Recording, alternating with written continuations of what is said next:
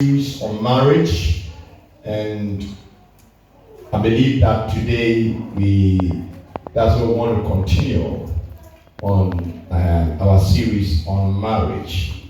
What I said last week concerning marriage, I said a lot of things concerning marriage. I just want to touch on a few so that we can move on. Amen. In the book of Ephesians, the chapter 1, Ephesians chapter 1 and the verse 4 to 6. Ephesians chapter 1, the verse 4 and 6. Ephesians 1, the verse 4 and 6.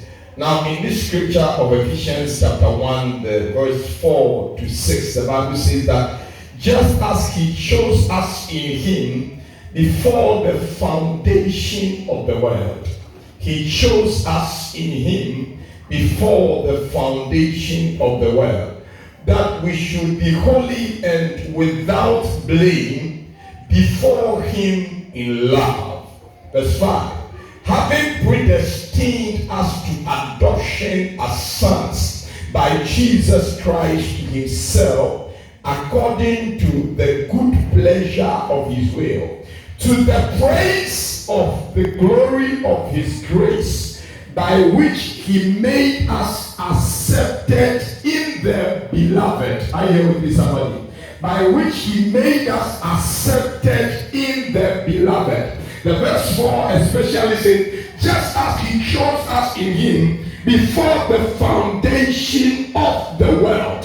Last week I said that the person you will marry, whether a male or a female, the woman that you will marry, the husband or the wife or the man that you will marry, you have no choice, you have no control over it. That is, if you want to walk in God's way, if you want to walk in God's way, then you must allow God to direct you. He chose us before the foundations of the earth. He made every arrangement before the foundations of the earth. And so today you will realize that a lot of believers are going around, a lot of them are going to churches, from church to church, from place to place, and the reason why they are moving up and down is in search of their life partners. But I am saying today that if you allow the will of God to lead you, if you allow God's will to prevail, God will lead you to the one that he has chosen for you. Praise God. And so last week we started with Genesis the chapter 2, because we cannot go ahead with anything called marriage without finding out the originator or the one who instituted this relationship. Praise God. The one who instituted this relationship or this covenant is God. And so we have to find out how come he instituted this relationship, and what were some of the things that he desired that should pertain in the relationship called marriage. Praise God. And so we started from Genesis the chapter 2 last week, Genesis chapter 2, and then the verse 4 to 8. Genesis the chapter 2 and the verse 4 to 8. Genesis 2 verse 4 to 8.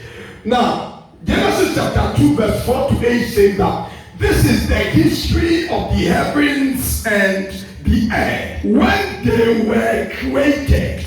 This is the history of the heavens and the earth when they were created.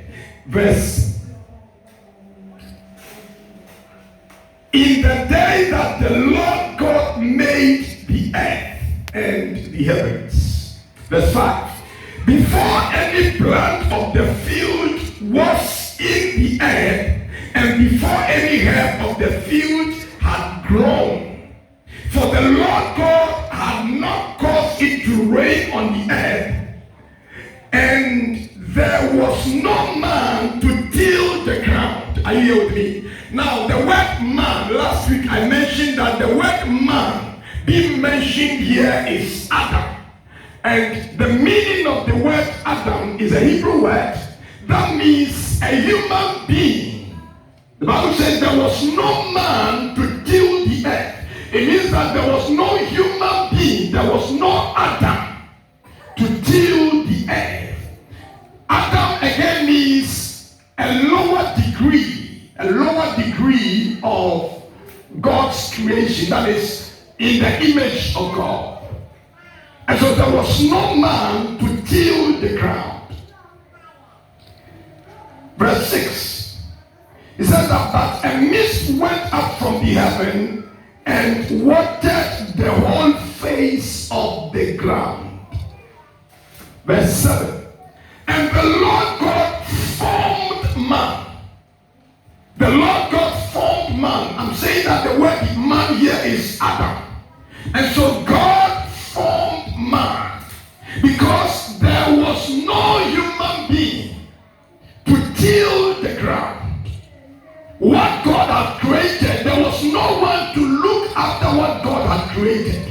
And so the first purpose for which God created man in his own image and his likeness is so that they will till the ground, so that they will take care of what belongs to God. God wants man to take care of what belongs to him.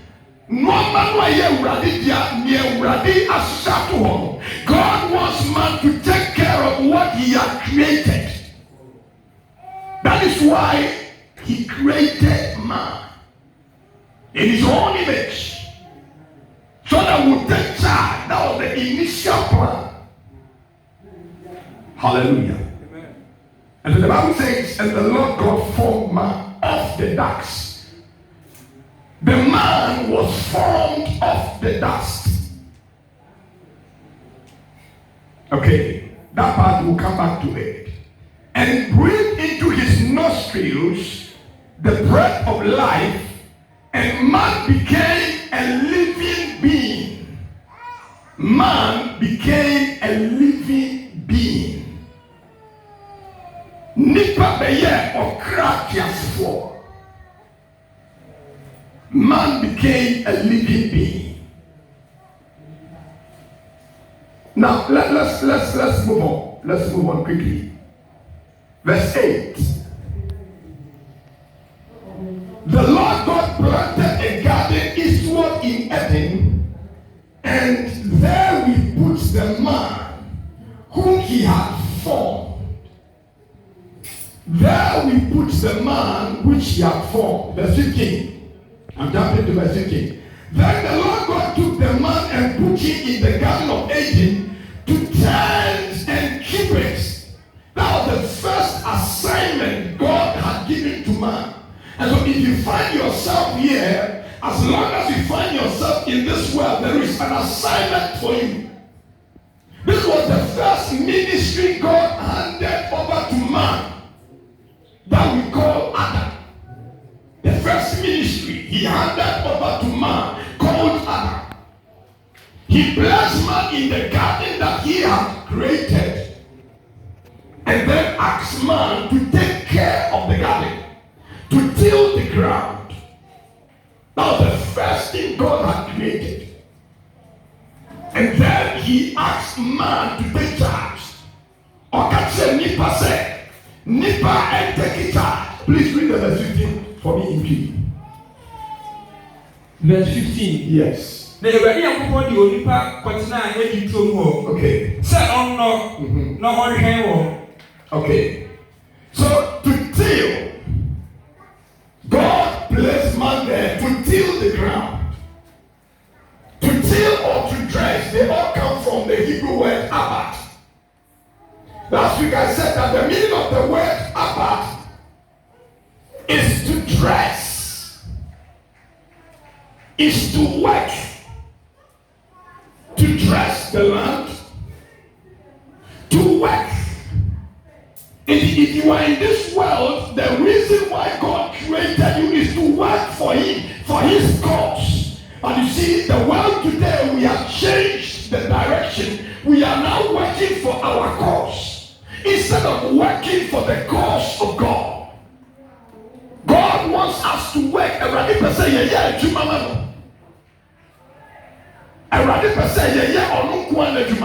And so when you find yourself in marriage, don't enter marriage because you think that everybody is entering. No, understand that you are entering the marriage because God wants you to work, to till the ground, to work on the marriage. And so whenever you marry, you must work on the marriage. You must make sure that the assignment that God has given to you, you work in achieving it as a couple. But you find marriages today, everybody is doing his own thing. Because my mother took me to school and spent so much money so that I can become somebody. And so you cannot direct me as to how I should run my life. No, that is not a plan in marriage. If you are here, you are not married.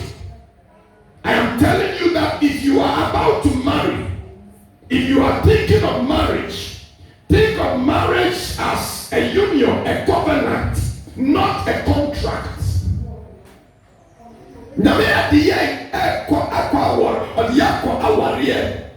He gave us a woman or he gave us a man so that we would together fulfill the assignment that God had given to us.